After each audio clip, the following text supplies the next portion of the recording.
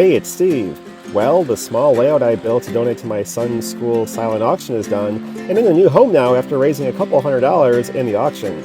In this video, we will look at how I finished the project, and also I'll have a link to the first two videos in the series above in case you haven't seen those yet. At the end of the last video, I started working on the creek that runs through the layout, and so that needed to be finished off first. To do that, I used some Woodland Scenics water effects and applied a thick layer to the entire creek area on top of the existing coat of gloss medium. I then stippled the water effects with a brush to create the look of rapids. You can see that the water effects looks white when first applied, but it does eventually dry clear.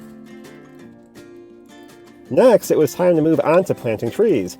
I used a variety of wire-frame trees, mainly from timberline scenery, along with some white glue and a screwdriver to poke holes in the scenery for the tree trunks. I only used wire-frame trees on this portable layout so they would be more durable and less likely to break if you bump them, which is certain to happen with kids involved. Installing the trees was simply a matter of poking a hole in the scenery, dipping a tree in the white glue, and then placing it in the hole. That process was then repeated several dozen times, and I tried to plant the trees as randomly as possible.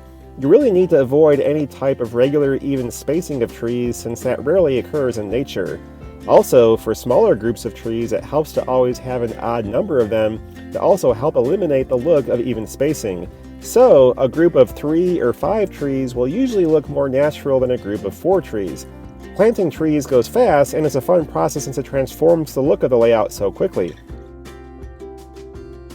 I also wanted to create the appearance of wildflowers in some of the grassy areas, and so I used a foam brush to spread some matte medium on the top of the static grass, and then sprinkled on orange and some yellow ground foam. Once the glue dried, I vacuumed off the excess ground foam, leaving a nice scattering of orange ground foam on the grassy areas to give the impression of flowers. Next, I went through my scrap box and found a piece of HO scale curbing from a Walthers kit that I thought would make a good N-scale guardrail.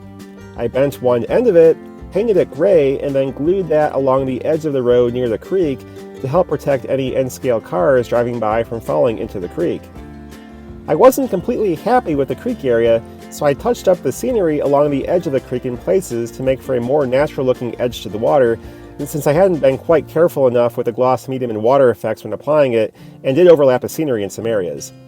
I then moved on to painting the sides of the layout, but right as I started that, my son had the idea of embedding a dinosaur fossil on the side of the layout. So I carved out a section of foam to fit the toy dinosaur skeleton.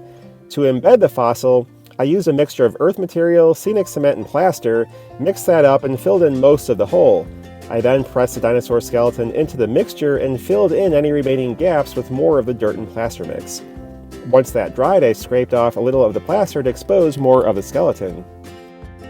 Once that little project was done, I finished painting the sides of the layout with 2 coats of black paint, along with a coating of matte medium to help produce a more durable finish that wouldn't scuff quite as easily. The last major project was to replace the couplers on the Bachmann passenger cars. The included couplers weren't very good, and I wanted to replace them with Microtrains couplers. I initially tried using the couplers that were attached to Microtrains trucks for an easier swap, and while that worked fine, I wasn't quite happy with it.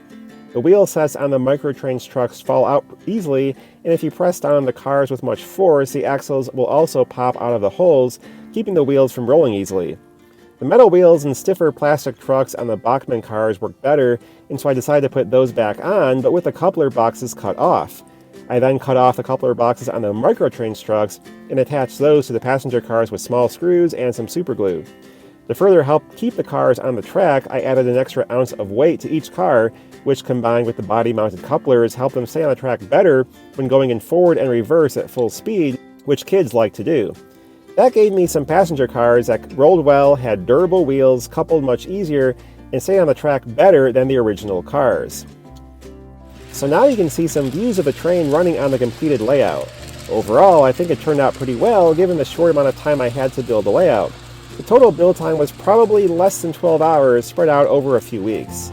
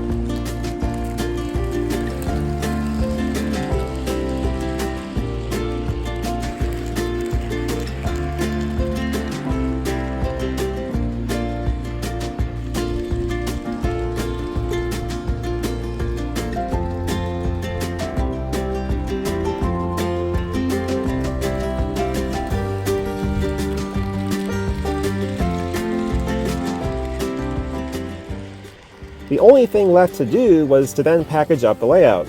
I created a complete set of instructions with both directions on how to operate the layout, along with maintenance tips and general troubleshooting items. The rolling stock was packaged up along with the controller and AC adapter in the original Bachmann packaging, though I did have to cut out some of the foam for everything to fit. I had to build a custom box for the layout itself since I couldn't find one of the size I needed on short notice. I used a couple of boxes from Home Depot that were about 18 by 18 by 24 inches to build a single larger box that was about the right size. I also used some sheet foam to build a cradle for the layout and help prevent it from shifting much in transit. And one thing I like to do to help keep layouts secure during transit is to screw them to the bottom or the side of the box. I added an extra layer of cardboard to the side of the box I plan to screw the layout to, and then used 3 wood screws to secure the layout. I also had to build an area inside the large box to put the Bachmann package with the rolling stock so it wouldn't shift around and fall on the layout. So here you can see the inside of the box with everything secured inside, along with a close-up of the 3 screws used to secure the layout. Lastly, I taped a screwdriver to the top of the box just in case the person or family that ended up with the layout didn't have one handy and couldn't get the layout unboxed easily. So you can see here how the layout looked on the table at the silent auction with all the other items. The telescope next to the layout was also another item I donated to the silent auction and a custom package I put together and modified. You can also see I included a small Christmas tree with the layout since I designed the layout to have a place to put such a tree. A bottle of Woodland Scenics Flake Snow was also included, so whoever ended up with the layout could sprinkle that on the layout and turn it into a winter scene if they wanted to, either permanently or temporarily. So anyway, it was a fun project and it raised a couple $100 of extra money for the school, so overall it worked out pretty well. I'll have another full compilation video of this project coming out soon, and then plan to get back to my other model railroad projects. But that's all for now, and thanks for watching. Bye!